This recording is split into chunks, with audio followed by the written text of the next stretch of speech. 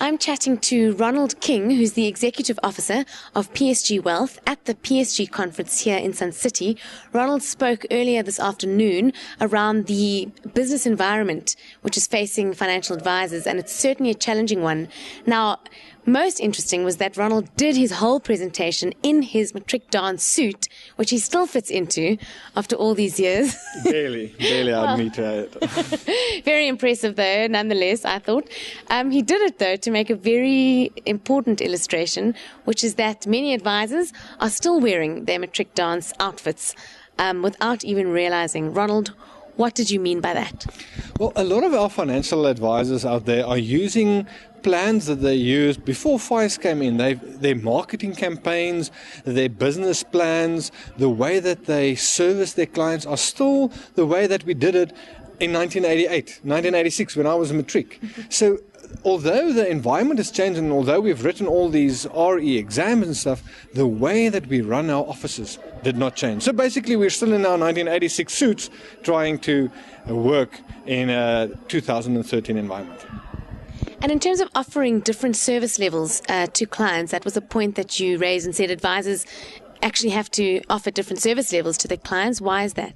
Well, with RDR, the retail distribution review that's now basically happening in South Africa, and a number of other issues that they've already said that they will bring in from overseas, we can clearly see that the cost of providing financial advice to clients are going to be on the increase. It's going to be quite a substantial increase in the cost of doing business.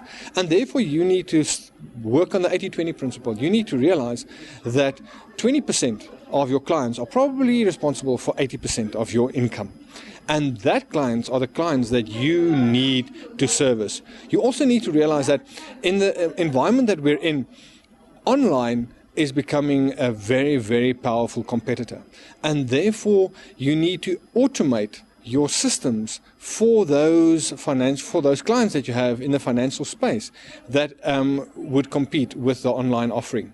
I do believe that there's one thing that the online offering cannot do, and that is it cannot build relationships.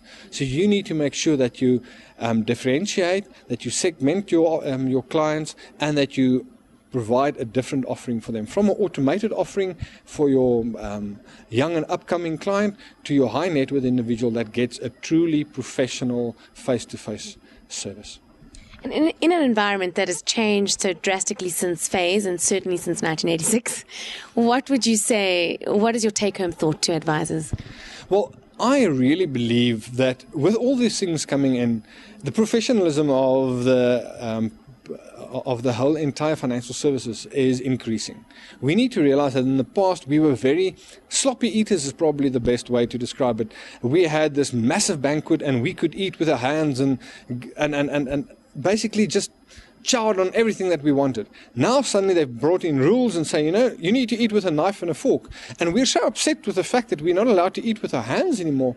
We're not seeing that there's still this massive banquet out there and that we are the people that can actually benefit from it. So my final thoughts would be, make sure that you increase your professionalism, but specifically make sure that you increase the efficiencies in your offices. Spend on good support personnel. Make sure that you've got your admin systems in place. Make sure that you've got your computer systems in place.